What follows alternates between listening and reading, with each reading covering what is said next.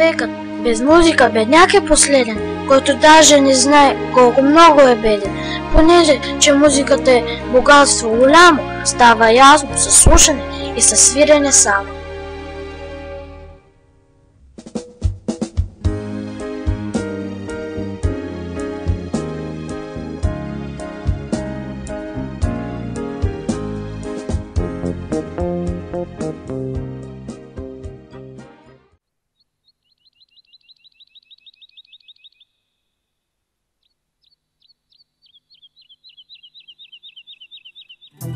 Чули?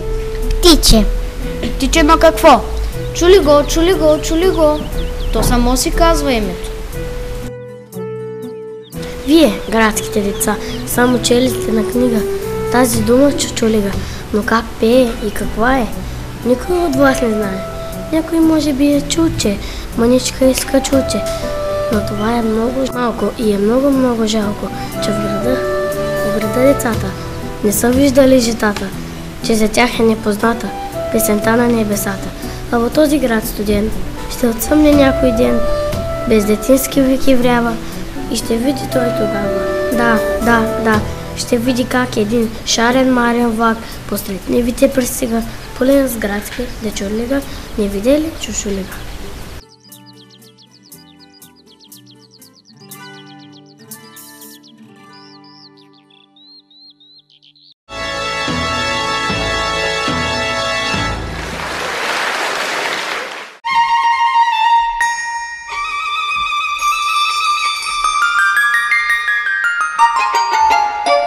От високо не иде глас, чуй ме, чуй, до теб достига.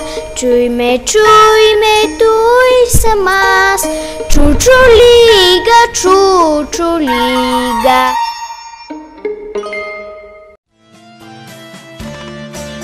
Чуй моето гласче, как звънчи като звънче, нищо че съм навик като връбче, да ме бъркаш ти не дей, чичо пей, да ме бъркаш ти не дей, чичо пей.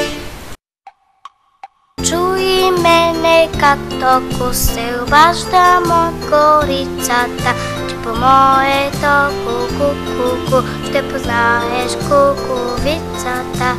Аз открих, че своето име, но къде съм намерим?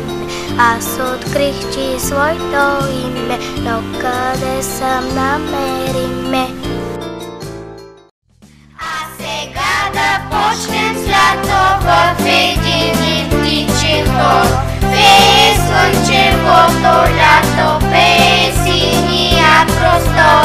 Чичо, пей, чуй, колко весело е той. Гра, вече се разбра, че моето граче не стилът ми е чудесен. Най-модният начин е в забавната песен.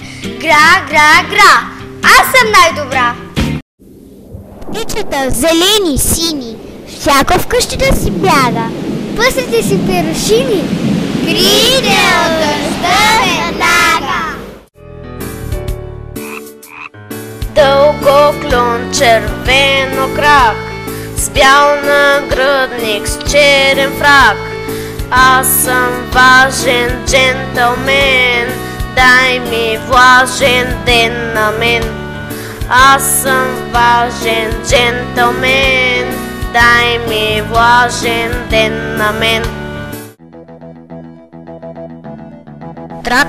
Трак, дочувам капки, той е знак, че пак, в този тумбак, ква, ще квакат жабки.